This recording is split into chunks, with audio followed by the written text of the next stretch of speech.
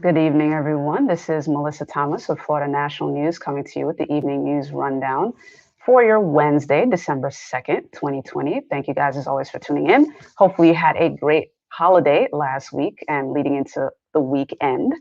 As always, we'd like to extend the invitation for anyone looking to advertise on a new platform, kind of expand your reach. Just shoot us an email at ads@floridanationalnews.com to find out more and to get started with us. As always, we like to open up our evening news rundown with the latest COVID-19 reports globally here in the United States and in the state of Florida. So globally, the World Health Organization is reporting over 63.3 million confirmed cases and nearly 1.5 million confirmed deaths now due to COVID-19. Here in the United States, Johns Hopkins University is reporting over 13.7 million confirmed cases and over 272,000 confirmed deaths. In the state of Florida, the Department of Health has now reported that we have crossed the 1 million mark in confirmed cases, and we are at over 18,800 confirmed deaths between residents and non-residents. Now, jumping into our world story, in a bit of good news in the coronavirus fight, UK has approved the emergency use authorization for Pfizer's vaccine. You guys have likely heard the reports last week when Pfizer filed for the request for the emergency use authorization. So Britain gave the emergency approval today to Pfizer's coronavirus vaccine, leaping ahead of the US to become the first Western country to allow mass vaccinations against the COVID-19 virus. The authorization to use the vaccine, of course, developed by Pfizer, which is a US pharmaceutical firm, and BioNTech, which is a smaller German firm, kicked off a vaccination campaign with very little precedent in modern medicine, encompassing not only ultra cold dry ice and trays of glass vials, but also a crusade against anti-vaccine misinformation as well. Now, the concept of Britain beating the US to approval on a vaccine co-developed by an American company at that may intensify pressure on US regulators who are already under fire from the White House for not moving faster to get doses out to people. Now, Russia and China have already approved vaccines without waiting for the results of large-scale efficacy tests, a choice that some scientists in some cases have said pose serious risks. Now, while the go-ahead does bode well for Britain, which broke from the European Union's regulatory orbit to approve the shot early, it will have no effect on the distribution of hundreds of millions of doses that other wealthy countries have procured, and also offers little relief to the poorer countries that could not afford to buy the supplies in advance and may struggle to pay for both the vaccines and the demands of distribution. Now, the Pfizer vaccine must be transported at frigid temperatures, a requirement that is already dictating who will be vaccinated first. Now, the priority in Britain is nursing home residents, and that was their top priority under the advisory committee's plans. However, a limit on how many times officials believe the vaccine can be moved before it loses effectiveness means that the National Health Service staff members will receive the shots first. Now, the government has been kind of quiet about how quickly it could stock hospitals after approval, but doctors and nurses were preparing to begin vaccinating their colleagues within days. Now, Britain has pre-ordered 40 million doses of the vaccine, which was 95% effective in the late-stage clinical trial. The government has ordered a catalog of different vaccines that are in development, in all more than 5 doses for each person in the country. It has staked its biggest hopes on a vaccine developed by AstraZeneca, which is a British-Swedish company, because that particular vaccine costs a little bit less and is a little easier to transport and distribute compared to Pfizer's. So we shall see. The regulatory path forward in the US is unclear after scientists and industry analysts question promising early results for the AstraZeneca vaccine. Now, the chemistry underlying the Pfizer and BioNTech vaccine had never before produced an approved vaccine. So this is great news for these guys. The US Food and Drug Administration plans to decide on emergency authorization for the Pfizer vaccine shortly after a meeting of an advisory panel next week, December 10th.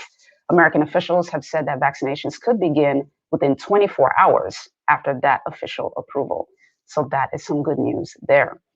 Now, jumping into the US story, still kind of tying into COVID-19 and vaccines, but the CDC has officially now shortened its COVID-19 quarantine period to 10 days as opposed to the original 14, and only 7 days after receiving a negative test. The Associated Press reported this yesterday, that as of Tuesday evening, they revised their guidelines, the CDC revised their guidelines, and it will allow people who have come in contact with someone infected with the virus to resume normal activity after those 10 days or 7 days after that negative test result compared to the previous 14.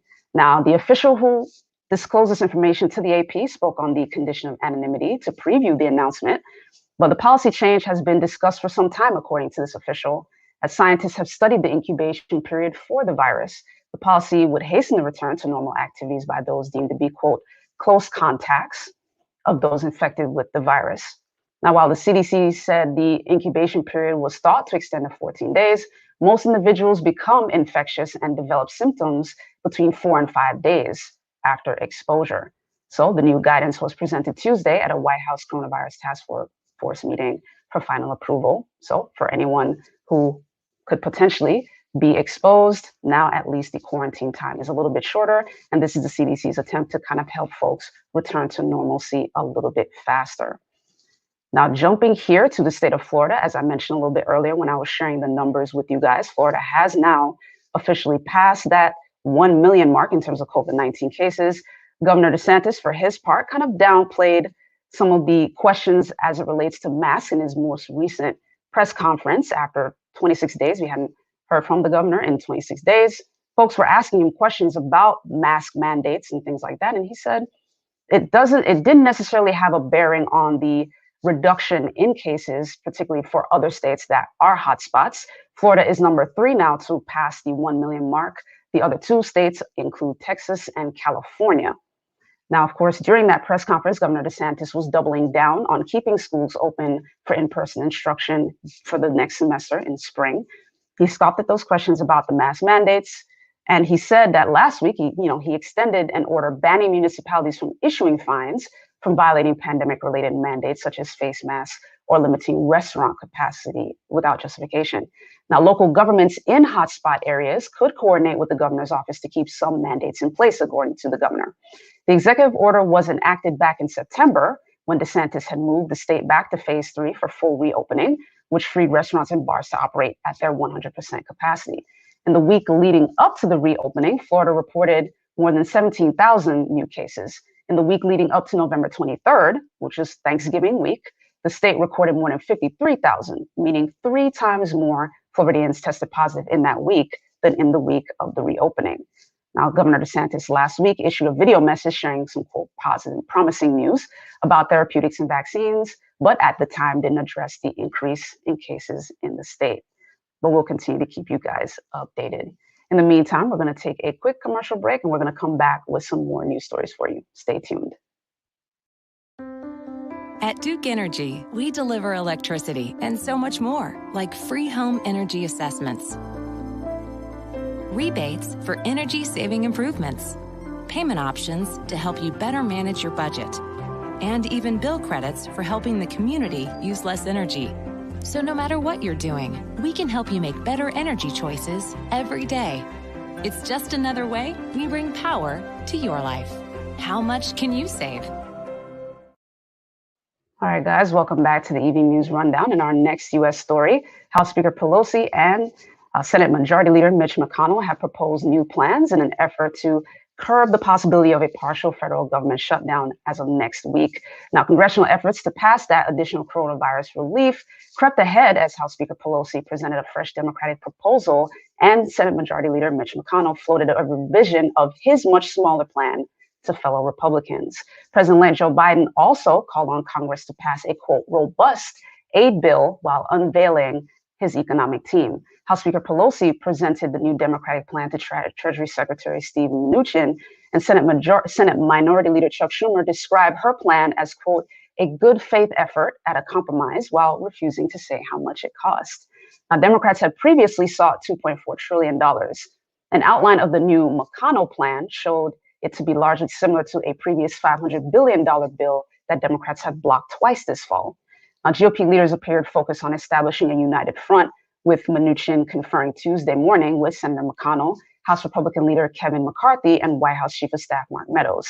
Senator McConnell said his plan has President Donald Trump's backing, and this plan includes $333 billion in spending and on assorted business subsidies, including a revised version of the Paycheck Protection Program, as well as funding for schools, vaccines, and agriculture, and a restoration of 100% expensing of business meals for tax purposes. Now, it doesn't include a major tranche of state and local aid outside of schools that Democrats are looking for, but it does include illegal liability protections that Democrats had considered to be a poison pill.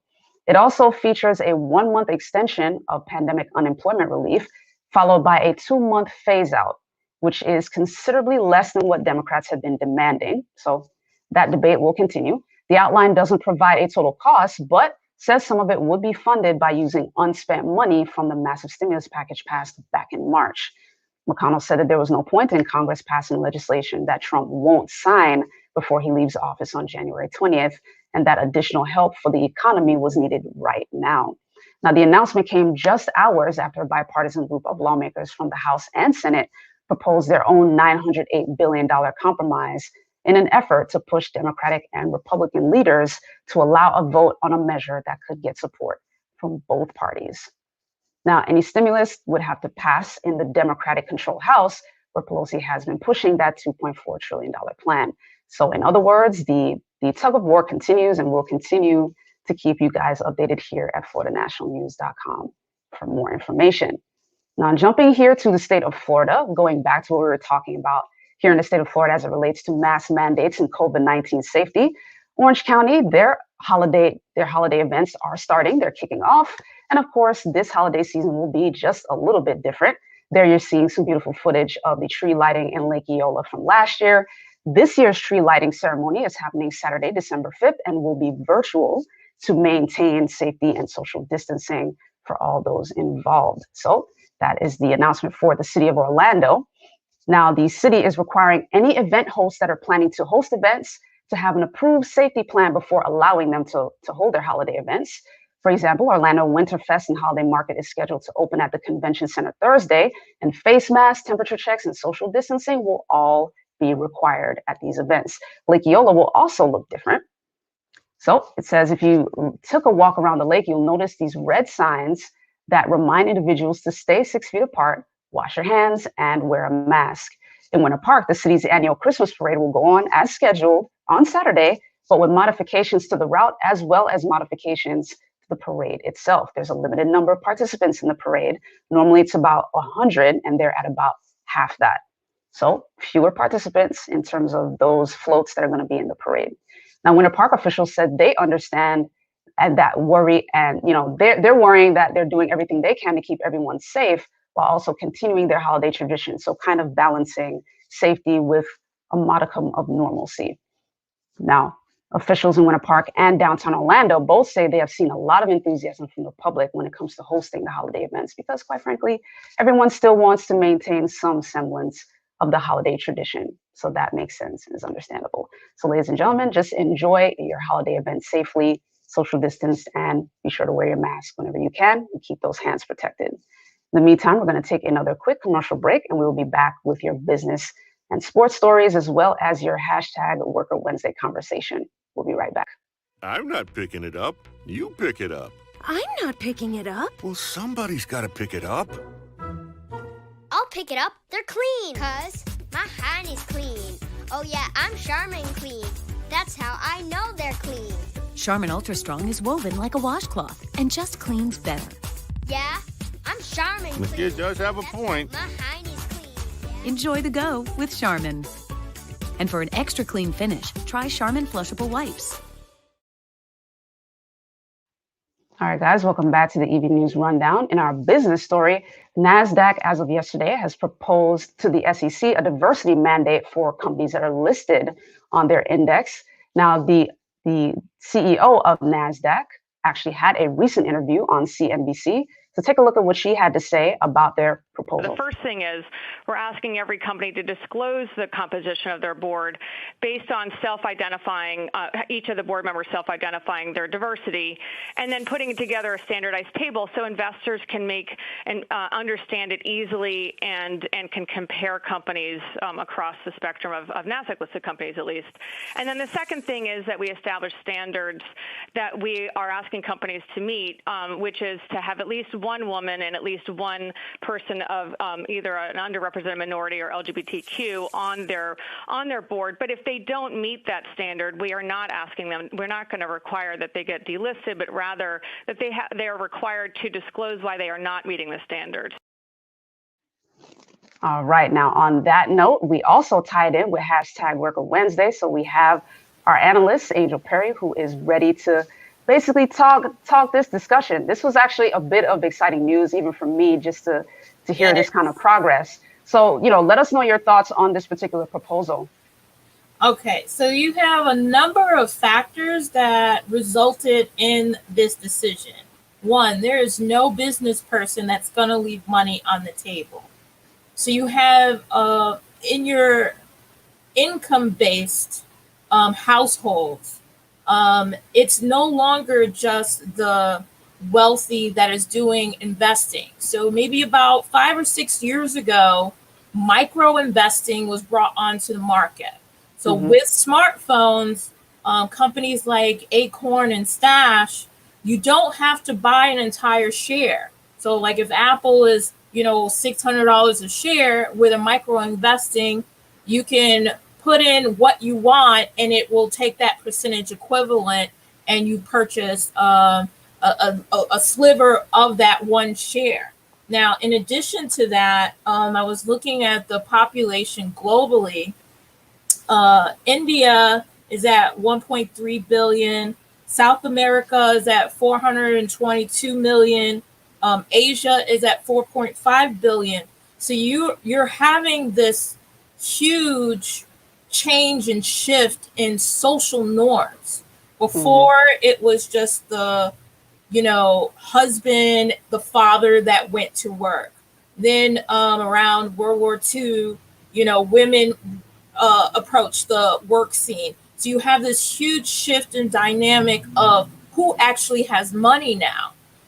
So having access to everyone in the workforce is going to be profitable. Like Wall Street's about profits. And you would have to be very obtuse not to realize the shift in income-based households.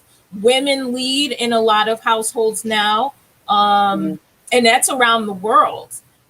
With the social justices changing between different societies, Europe, Asia, South America, they're bringing equality in a lot of places that weren't available before. So that opens up a whole different market of people that must have access to. Now with NASDAQ, what they're doing is they want the buyer to be aware what companies are following their moral compass. It's actually one of the more intelligent things I've seen on Wall Street in a long time.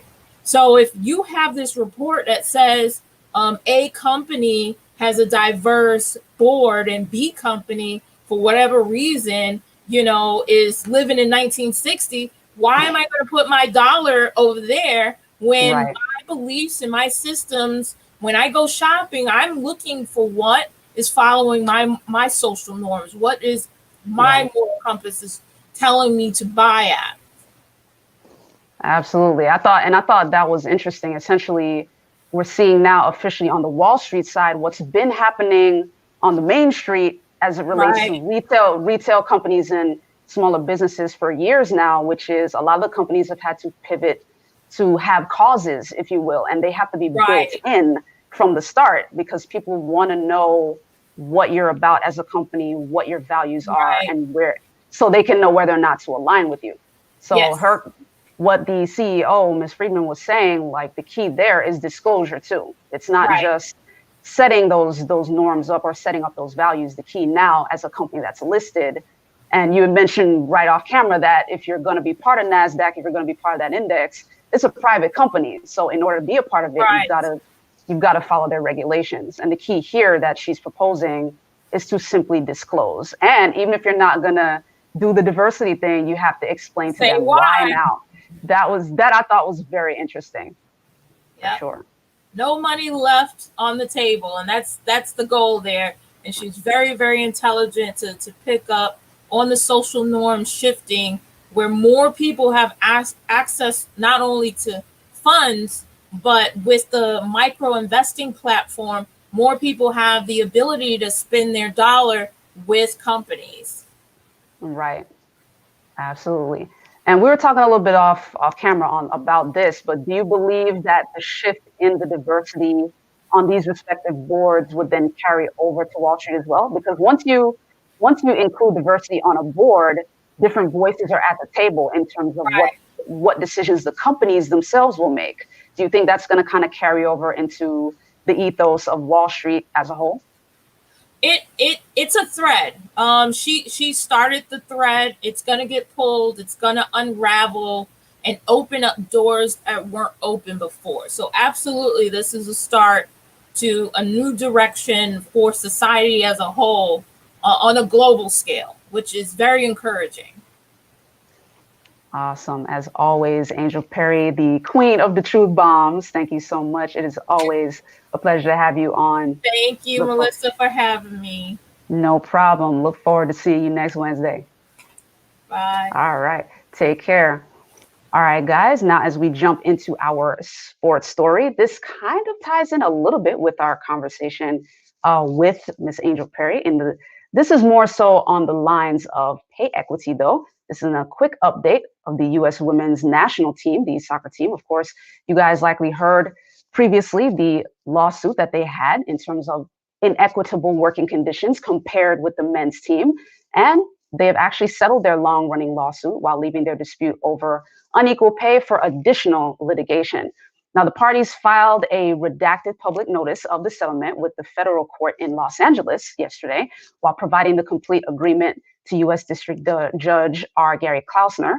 The deal with the world champion American women and the sports U.S. governing body calls for charter flights, hotel accommodations, venue selection, and professional staff support equitable to that of the men's national team. It was slightly unequal before.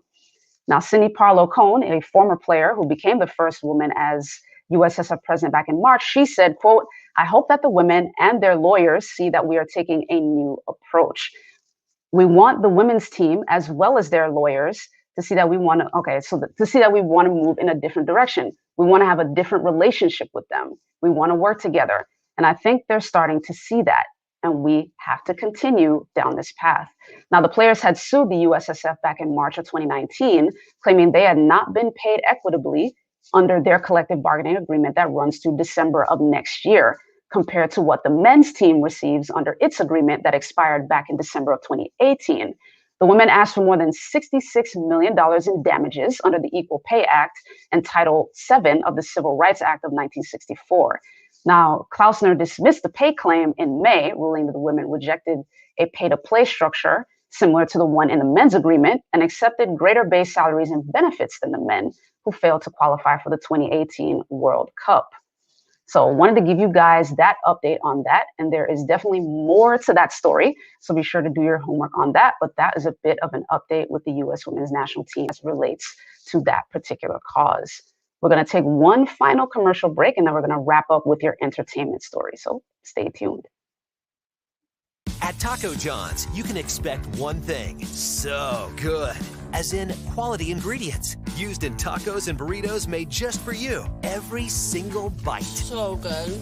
Expect nothing less at Taco John's.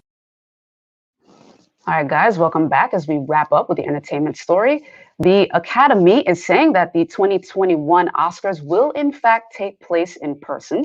So, of course, talks with a lot of the award shows, given the COVID-19 pandemic, would be possibly virtual, but the Academy has said now that they're going to go ahead and do that particular Oscars in person. The ceremony is set to take place April 25th of next year. Now, the Oscars said they're pushing the award ceremony back. The Academy hoped that theaters would be open again in the spring, thus allowing for more movies to compete in the annual celebration of the year's best films. Now, even if the movie theaters stay closed, by holding the Oscars later in the spring, organizers are now focusing to make sure that the event continues as it always has, which is live.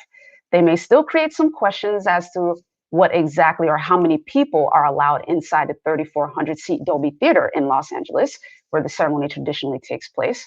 And it's not clear what safety protocols will be introduced for the ceremony yet. Since the March lockdowns, the COVID-19 pandemic has, of course, crippled the film industry, with the movie theaters closed and production halted in some cases.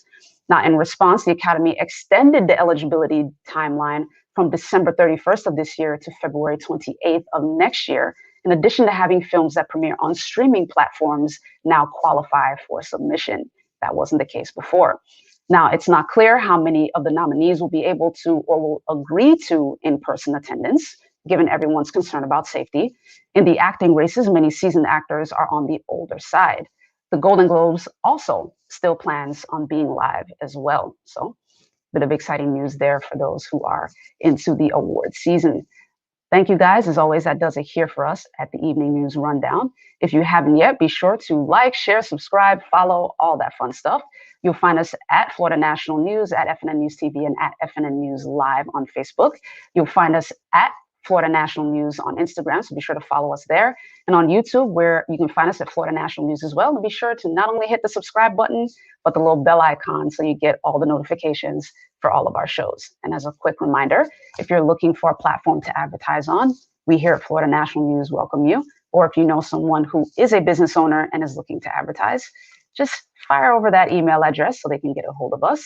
You can reach us at ads@floridanationalnews.com to find out more. In the meantime, guys, thank you so much for tuning in. Have a great rest of your Wednesday evening. Take care. And stay warm, by the way. It's kind of chilly out there. Take care.